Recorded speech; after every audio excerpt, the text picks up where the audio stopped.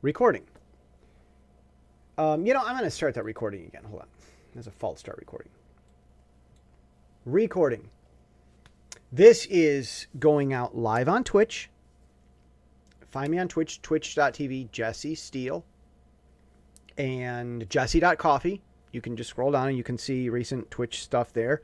And then these matter out as podcasts throughout the week. Make sure that you go to fromasiawithlove.net, $10 a year, 3 blogs a week about my crazy wildlife in Asia. It's interesting. It's gossipy. It's interesting. Zach,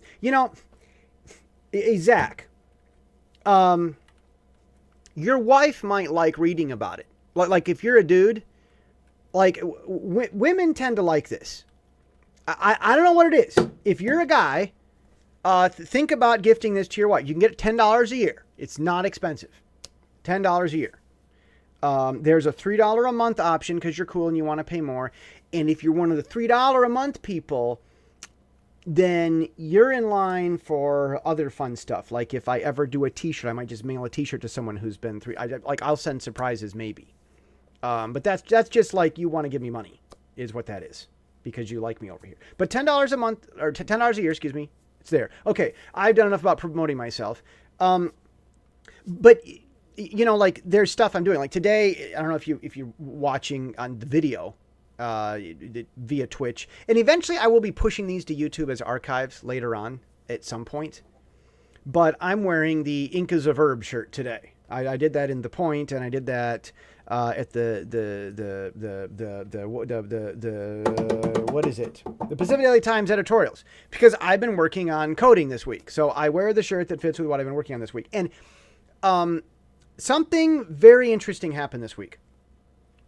A friend, my doctor gave me a big fat desk. Yeah.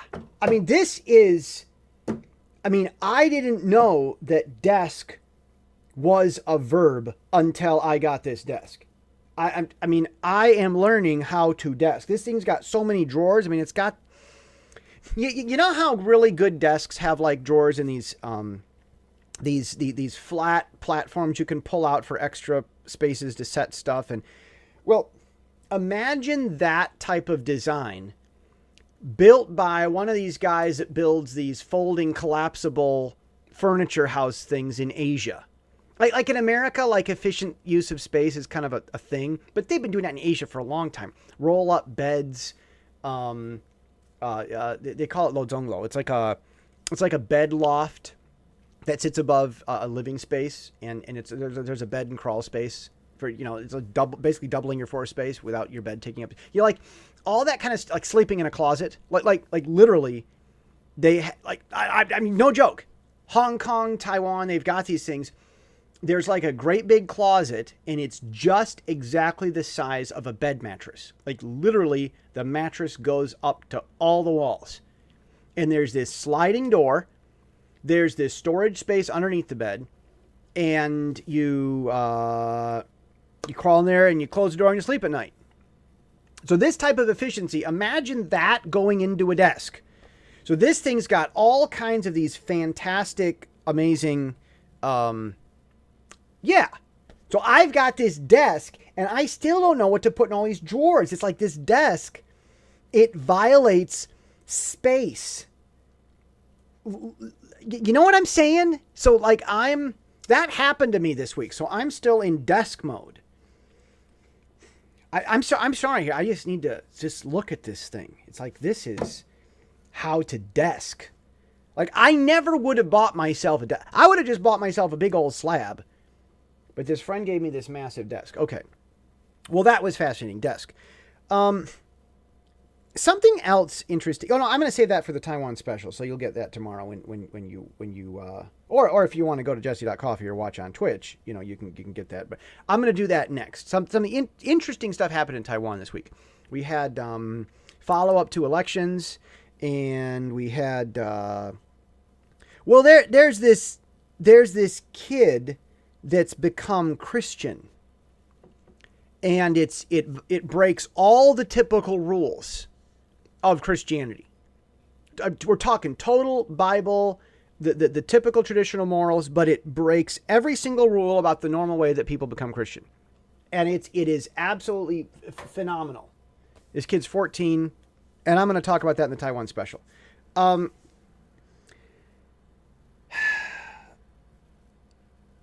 This next week. No, I wondered if I should save that for next Monday. I kind of don't want to say what I've got planned coming up. I think I'm going to save what I've got planned. I've got something really fascinating coming up. Not this week, but the next week. So I think I'm going to talk about it next Monday. Remind me to talk about that next Monday. Okay, well, anyhow, this is the Basic Weekly Announcements podcast. And I want to say this again. And this morning, I woke up at 5 o'clock. I wake up at 5 o'clock every morning. And I pray.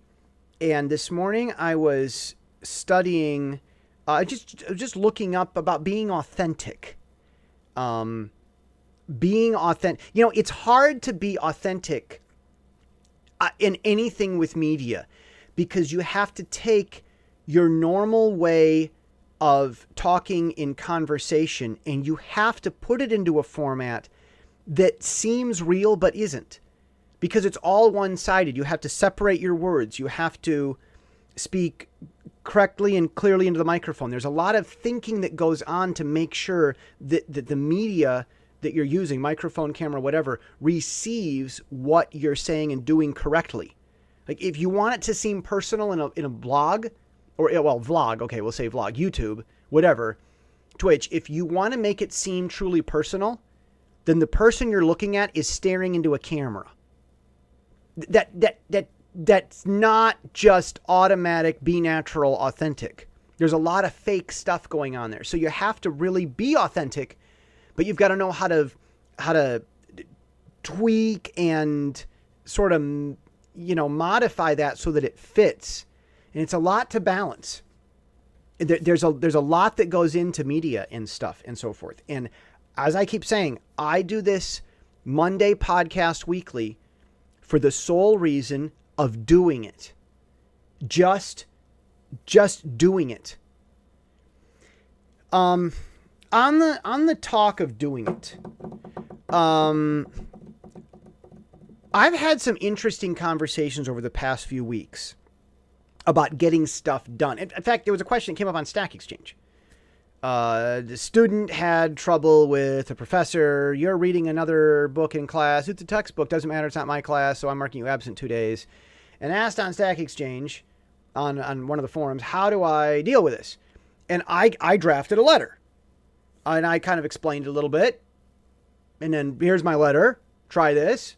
It's your own fault. It's at risk, but it's at your own risk. And then I had a long explanation of why I wrote the letter the way that I did. And the thing that there was a lot of answers to this student's question. This professor's so wrong. This professor's so evil. Go stick it to her. I think it was a lady. Stick it to her. Go tell her how wrong she is. And I'm like, isn't the goal for the student to have his absences removed?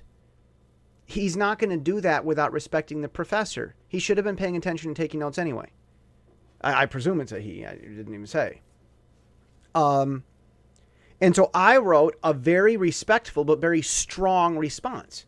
And in the response, I closed by saying, I don't know if the student used it or not. No word at all.